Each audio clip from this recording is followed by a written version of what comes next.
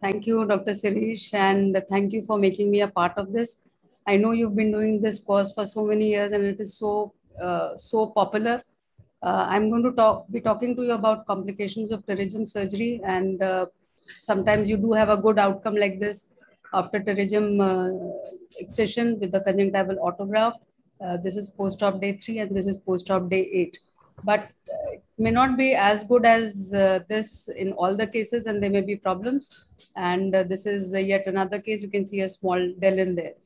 So the problems could be intraoperative or could be post-operative. So intraoperatively could have done a deep dissection, excessive cautery damage to the extraocular muscles, perforation, bleeding, canalicular damage, reversal, loss or tear of the conjunctival autograft. And post-operatively, there could be recurrence, graft-related complications, donor site complications, and generalized ocular complications. So I think I would like to classify them into vision-threatening complications and the non-vision threatening complications. And this is a wonderful paper on pterygium, came way back almost a few years ago on options and adjuvants in the surgery for pterygium. So the vision-threatening complications are scleral thinning or ulceration, delayed conjunctival epithelialization, iritis, and symblepharon. And whenever there is any scleral thinning or ulceration, it has been shown that it was associated with intraop and post-op use of mitomycin C, greater rates of scleral thinning and ulceration with increasing intraoperative or postoperative mitomycin C concentration and with longer duration of application have been seen. Apart from this, there can be delayed conjunctival epithelialization, and you call it delayed when it doesn't occur until 2 to 3 weeks postoperatively. And it cannot be determined from the available results which are there whether intraoperative or postoperative mitomycin C use is actually associated with greater rates of delayed epithelialization. Then symblepharon can occur in 2 to 10% cases more with the Bayer-Sclera technique and as compared to the other techniques, and less so with the amniotic membrane transplantation.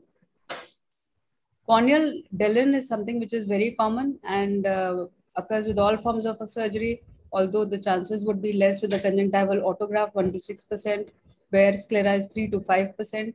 And again, the intraoperative use of mitomycin C as well as the post-op use of mitomycin C has also caused the formation of corneal Dellen, and very logically, it has been never reported after amniotic membrane transplantation. Now, non-vision threatening complications could be post-op astigmatism, which maybe they're more with the Bayer-Sclera technique, which I think people hardly use now. Pyogenic granuloma can occur with extensive pterygia, mainly because you've handled the conjunctiva too much, and also been associated with intraoperative and post-operative use of mitomycin C. It occurs more frequently in those cases which have used higher concentration of mitomycin C. And of course, there can be recurrent pterygium. And I know there is a whole talk on this, so I will not be dealing with it. Graft-related problems could be as shown. So there could be graft contraction, there can be graft edema like this, dehiscence, necrosis, graft buttonhole and tear, and graft hyperemia. And this is a reverse graft with a graft necrosis, which was inadvertently transplanted. Again, this is just to show that there can be inclusion cysts, the Dellen here, the graft edema again, which can be seen, and you stay with the fluorescein dye to see the edges, because at times the edges may not be visible. Then there can be graft retraction as well. This is a pyogenic granuloma, which is there, and the immediate treatment would be that you would give topical steroids, and of course it doesn't get treated by this, then subsequently amniotic membrane transplantation can be done. I will not deal with the recurrent pterygium, only this to show that how a recurrent pterygium can lead to a lot of corneal haze, which is there, so much so that you may require a lamellar keratoplasty after dealing with the recurrent, after removing the pterygia as well as the pseudopterygia, and especially because it is impinging on the visual axis. And so you may have to put a graft there, and subsequently may have to even go for a lamellar keratoplasty at a later date. Now, this is a case of pseudopterygia. So autoconj with glue was done here. Notice that there's foreshortening of the fornix on that side. Again, very careful dissection is required. And exuberant pseudopterygia such as this, which is also recurrent, can lead to recurrence again. And so again, one has to be careful. Important thing is that you have to dissect it clearly away from the visual access. And alternatively, people have also done limbal stem cell transplantation in such cases, but it is best done sequentially. And it is important that you pull these fibrotic edges and then excise, because then the whole thing recedes back. Now, this is just fashioning of the graft, which is being done from the other side, a conjunctival graft, and this is then placed with the help of the glue, just as you would place in any pterygia case, followed by a bandage contact lens application after the amniotic membrane that has been put. And this is mainly been put because of the corneal shortening on the medial side. Now, apart from this, I think I will skip this because this is recurring. Now, this was an interesting case because this we actually planned a DALC with the amniotic membrane transplantation. But when we started to do this, we realized that this was a full thickness perforation which had occurred following pterygia surgery. And 17 pterygia surgery had been done. Patient came from Nepal in this eye itself, both for the medial and the lateral pterygia.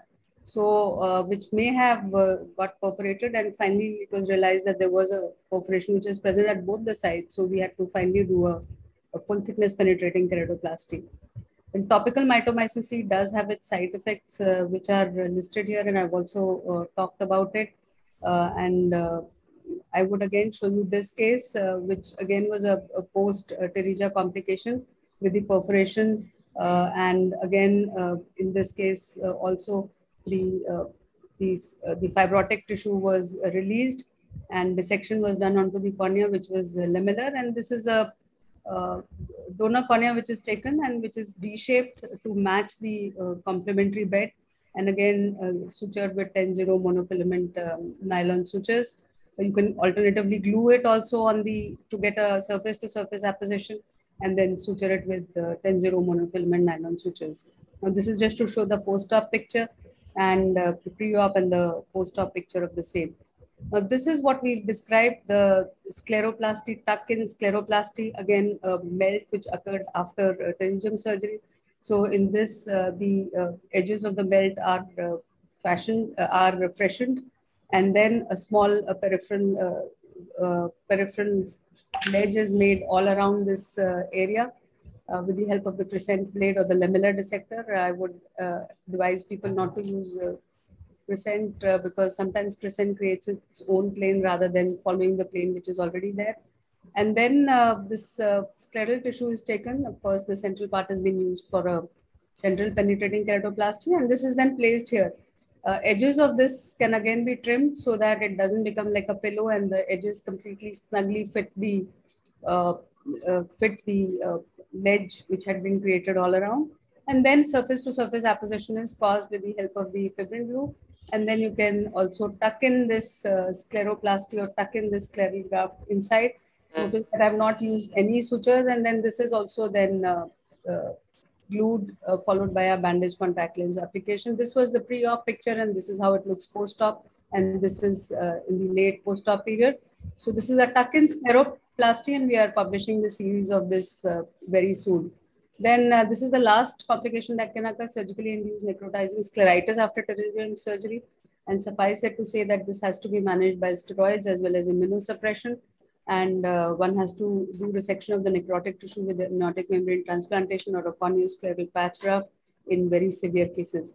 So to conclude, pterygium surgery should be done meticulously and not left to the juniors to do it, because it can lead to devastating sight-threatening as well as non-sight-threatening complications, and appropriate preventive measures have to be taken. So thank you very much for your kind attention.